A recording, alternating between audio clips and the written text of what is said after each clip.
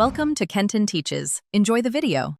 In this video, I will show you how to make delicious seafood chowder soup. First, let's gather our ingredients. You'll need about 1.5 pounds of mixed seafood, such as cod, shrimp, and scallops. Also, prepare 3 cups of diced potatoes and 1 cup each of chopped celery and onions. Don't forget 4 cups of whole milk or half and half and 4 tablespoons of butter. These fresh components are key to a rich, flavorful chowder. Now let's build our flavor base. In a large pot, melt 4 tablespoons of butter over medium heat.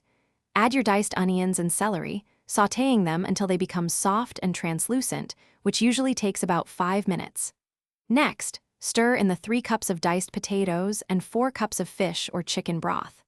Bring this to a gentle simmer and cook for about 15 minutes or until the potatoes are tender. It's time to add the stars of our dish. Gently introduce your 1.5 pounds of mixed seafood to the simmering chowder. Be careful not to overcook it.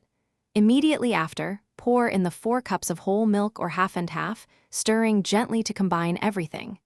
Continue to cook for just 5 to 7 minutes or until the seafood is opaque and thoroughly cooked. Season with salt and pepper to taste.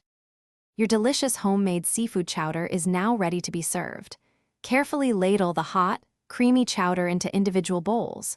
For a fresh touch and a pop of color, garnish each serving with some chopped fresh parsley or chives. This hearty soup is perfect for a cozy meal. Remember to check the description for a link to the new Kindle Paperwhite and other great deals. Enjoy your culinary creation. Thanks for watching. Please subscribe if this video was helpful.